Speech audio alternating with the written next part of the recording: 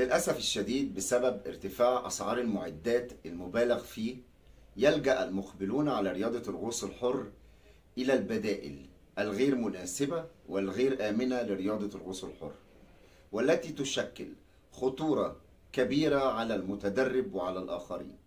لذلك برجاء اسأل مدربك الأول قبل ما تشتري أي معدة. اسأله عن المعدات المناسبة والآمنة لرياضة الغوص الحر، ولا تلجأ إلى البدائل لمعدات غير مناسبة وغير آمنة من أي مجال آخر. حياتك وحياة الآخرين أغلى بكثير. هنشوف في مقطع النهاردة قد إيه ممكن بسبب اختيارك لمعدة غير مناسبة وغير آمنة مش بس ممكن تشكل خطورة على حياتك، لا دي ممكن تتسبب في مقتل شخص قد يصادفه الحظ في تواجده تحت الماء مثل غطاسين الاسكوبا.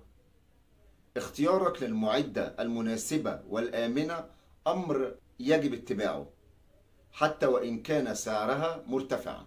احرص على اختيار المعدة المناسبة والآمنة. اسأل مدربك قبل شراء أي معدة. حياتك وحياة الآخرين أغلى بكثير. حفظنا الله وإياكم. السلام عليكم.